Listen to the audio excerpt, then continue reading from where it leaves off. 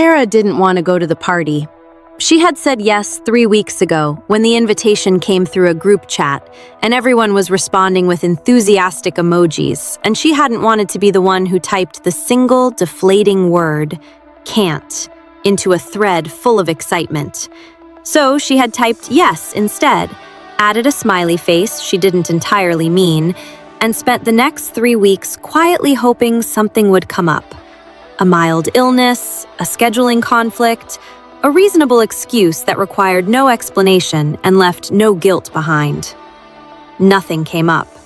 So, at 7:15 on a Saturday evening, Sarah Monroe stood in front of her bathroom mirror in a green dress she hadn't worn in 2 years, trying to remember the last time she had gone somewhere purely for herself. Not for a school event, not for a parent-teacher conference, not for a pediatrician appointment or a grocery run, or any of the 100 practical errands that had quietly consumed every weekend for the past 4 years. Just somewhere, for herself. She couldn't remember. "You look pretty, Mama." She turned. Her son Caleb was standing in the doorway in his dinosaur pajamas, 6 years old and already possessing the specific superpower of saying exactly the right thing at exactly the right moment. "Thank you, baby," she said. "Are you nervous?" She laughed softly. "A little." "Don't be," he said with complete authority. "You're the best person I know." She crossed the room and hugged him tighter than the moment probably required. He hugged her back without complaint, which was its own kind of grace. Her mother appeared behind him in the hallway, coat already off, settled in, ready for her Saturday night of cartoons and board games with her grandson. "Go," her mother said simply. "We're fine." Sarah kissed Caleb's forehead, grabbed her bag, walked to her car before she could change her mind. The party was at Jenny's house. Jenny from her old marketing job, the one Sarah had left when Caleb's father left, and the childcare math stopped working and something had to give. And the thing that gave was her career. Jenny had kept in touch better than most. Monthly coffee dates that sometimes happened and sometimes didn't. Check-in texts that were always warm, even when weeks passed between them. Jenny was good people. Sarah reminded herself of this as she rang the doorbell. The door opened to noise and light and the specific controlled chaos of 30 adults who had found babysitters on the same night. Music from a speaker somewhere, the smell of something good from the kitchen, laughter coming from at least 3 different rooms simultaneously. Jenny found her within 30 seconds, pulled her into a hug, handed her a drink, and then was immediately pulled away by someone with a question about where the extra chairs were stored. And just like that, Sarah was alone in the middle of a crowded room. This is the part nobody talks about, honestly. The loneliness of being surrounded by people who all seem to already know where they belong. The way a crowded party can feel like a test you didn't study for.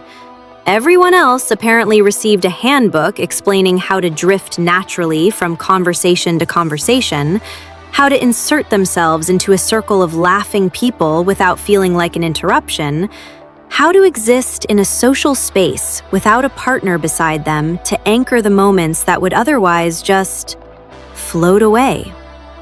Sarah had not received that handbook. She had been good at parties once. She remembered it distantly, the way you remember a skill you haven't used in years, the shape of it still recognizable, but the ease of it gone. She had been funny and warm and comfortable in rooms full of strangers. That had been before. Before the marriage that slowly became something neither of them recognized. Before the morning she woke up and found the note on the kitchen counter. Not even a conversation, just a note, and understood that she was now doing this alone. 4 years of doing it alone had made her capable of almost everything. It had not made her good at parties. She found a spot near the bookshelf on the far wall, close enough to the room to not look like she was hiding, far enough from the main cluster of conversations to have a moment to breathe. She sipped her drink. She looked at the book spines. She took out her phone once, looked at it, put it away, because she had promised herself she wouldn't spend the evening looking at her phone. She looked at the book spines again. Across the room, a group of her former colleagues were deep in a conversation she had missed the beginning of. Two couples near the window were laughing about something involving a vacation. Jenny was still managing the chair situation with impressive dedication. Nobody was being unkind. Nobody was excluding her deliberately. That was almost the harder thing. There was no villain in this particular moment. Just the invisible machinery of social comfort, clicking along without her, the way machinery does when you're not one of its parts. She told herself she would stay 1 hour. That was respectable. 1 hour, and then she would go home, change into comfortable clothes, and watch something mindless until she fell asleep. She was 40 minutes into the hour when she noticed him. He was standing near the kitchen doorway, slightly apart from the nearest conversation, holding a glass of water instead of anything else. Tall, quietly built, somewhere in his mid-30s, with the kind of face that didn't announce itself. Not striking in the way that drew immediate attention, but the kind that became more interesting the longer you looked at it. Dark eyes that moved around the room with a calm, observational quality, like someone who was genuinely curious about people, but had no particular need to perform that curiosity out loud. He wasn't on his phone. He wasn't pretending to be occupied. He was just present, comfortable in his own stillness in a way that Sarah found immediately and inexplicably calming. Like standing near someone who isn't afraid of silence makes the silence less heavy for everyone around them. She noticed him noticing her. Not in an intrusive way, not with the pointed, evaluating look that men sometimes gave women standing alone at parties, the look that always made Sarah want to find a different wall to stand near. This was different. It was the look of someone who recognized something. The particular recognition of one person who knows what it is to stand slightly outside the warm circle of a room, seeing another person doing the same thing. He looked away first, back to his quiet observation of the room. Sarah looked back at her book spines. 5 minutes passed. Then, Jenny materialized at her elbow with the breathless energy of a hostess who has 17 things happening at once and is somehow keeping track of all of them. "Are you doing okay over here?" Jenny asked. "I'm so sorry I got pulled away. There's a whole situation with the seating that I did not anticipate." "I'm fine," Sarah said. "Go, seriously." "You sure?" "Jenny, go." Jenny squeezed her arm and disappeared again. Sarah exhaled. And then, from somewhere to her left, quiet enough that it almost didn't reach her, a voice said, "The architecture section is better than it looks." She turned. He was beside her. Not close, a respectful distance, glass of water still in hand, looking at the same bookshelf she had been pretending to study for the better part of an hour. "Sorry?" she said. He nodded at the shelves. "Third row from the top. There's a book on the history of bridges that's genuinely one of the best things I've ever read." He glanced at her briefly, a small smile at the corner of his mouth. "Which is a strange thing to say to a stranger at a party, I realize." Sarah looked at the third row, found the book, looked back at him. "I'm Sarah," she said. "Daniel," he said. They shook hands the way people do when they're both a little careful and a little hopeful at the same time. "You've been standing here a while," he said.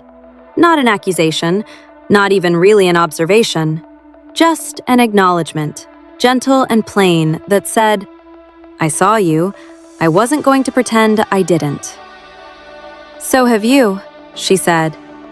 He nodded, accepting this as fair, and then he turned slightly toward her, and in a voice quiet enough that it belonged only to her, he said the 5 words that she would think about for a long time after that night. 5 words that were so simple, so unhurried, so completely without agenda, that they hit her somewhere she hadn't been reached in years.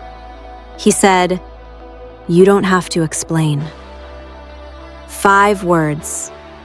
Sarah stood with them for a moment, the way you stand in a doorway before deciding whether to walk through. Aware of the threshold, aware of what might be different on the other side, not entirely sure you're ready, but feeling the pull of it anyway. She had spent 4 years explaining herself. To her mother, who loved her completely, but couldn't always hide the worry underneath the love. To Caleb's teachers, who were kind but needed context.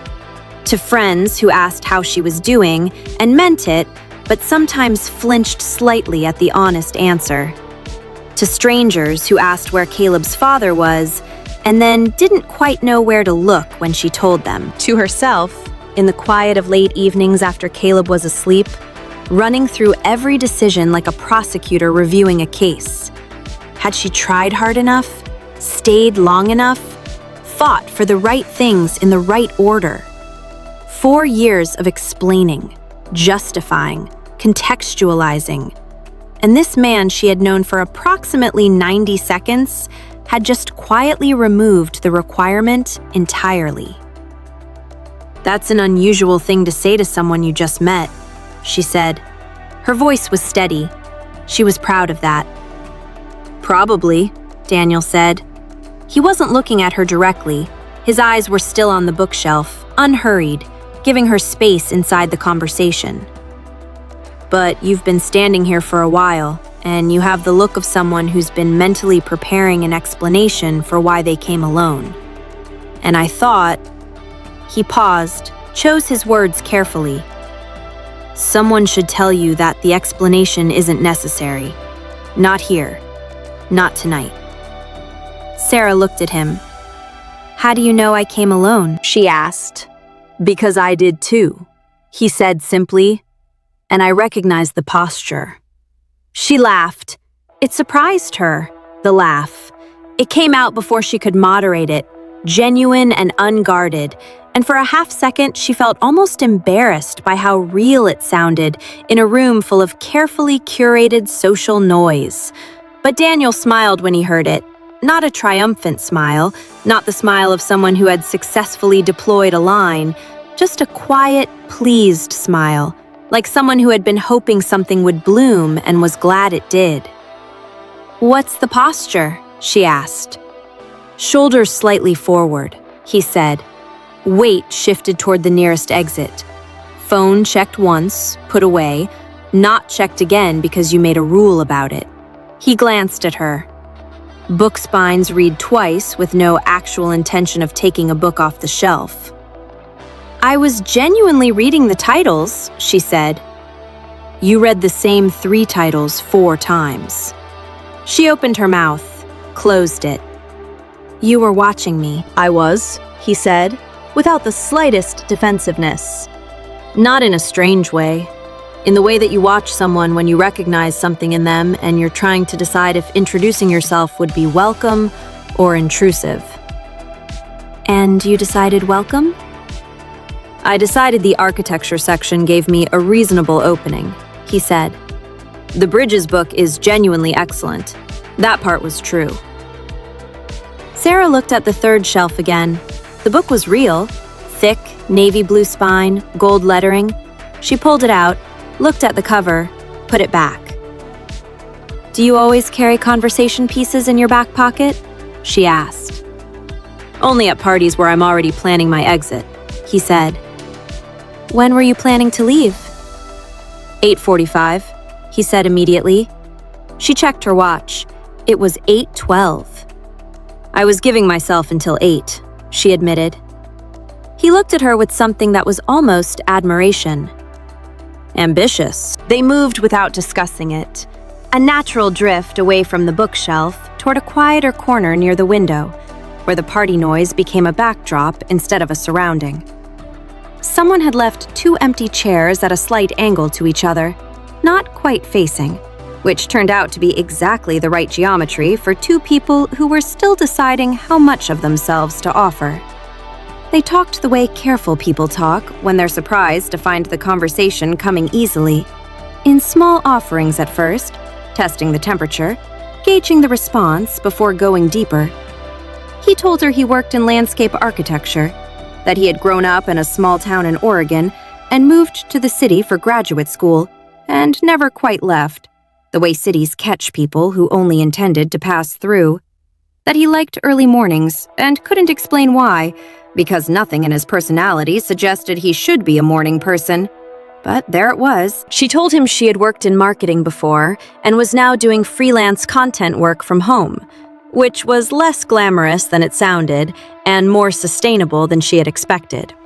That she had grown up in the city and always meant to leave and never had, which was the mirror image of his story and made them both smile. That she was better at beginnings than middles and working on the ending part. "What does that mean?" he asked. "It means I'm good at starting things," she said. "Projects, conversations, jars of peanut butter. I'm less good at the sustained middle part, where you have to keep showing up even when it's not interesting anymore." She paused. "And endings? I'm still figuring out how to let things end without holding on past the point where holding on makes sense." Daniel was quiet for a moment. "That's one of the more honest things I've heard someone say at a party." "You said I didn't have to explain," she said. "I'm choosing to anyway. There's a difference." He nodded slowly. "There is." A beat of silence. The comfortable kind. The kind that doesn't demand filling. "Can I ask you something?" she said. "Yes." "Why are you here alone?" He turned his glass of water slowly in his hands. A habit she was learning, something he did when he was choosing words with care. "My daughter's name is Maya," he said. "She's 8. Her mother and I separated 3 years ago. It was mutual in the end, though it didn't start that way." He paused. "I'm here because my colleague invited me, and I've been declining things for 3 years. And I decided that at some point, declining becomes its own kind of hiding." He looked at her briefly. "So I came, and I've been standing near that bookshelf since 7:30, deeply regretting the decision." "Until?" she said. "Until approximately 8 minutes ago," he said. Sarah felt something warm move through her chest. Not romantic electricity, not yet or not only.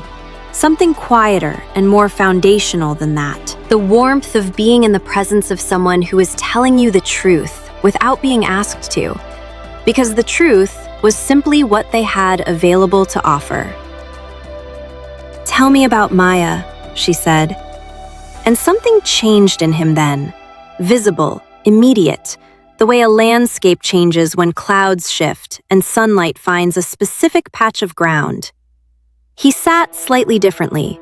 His shoulders dropped half an inch.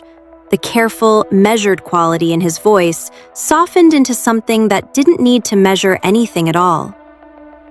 "She's the funniest person I know," he said. "Genuinely funny.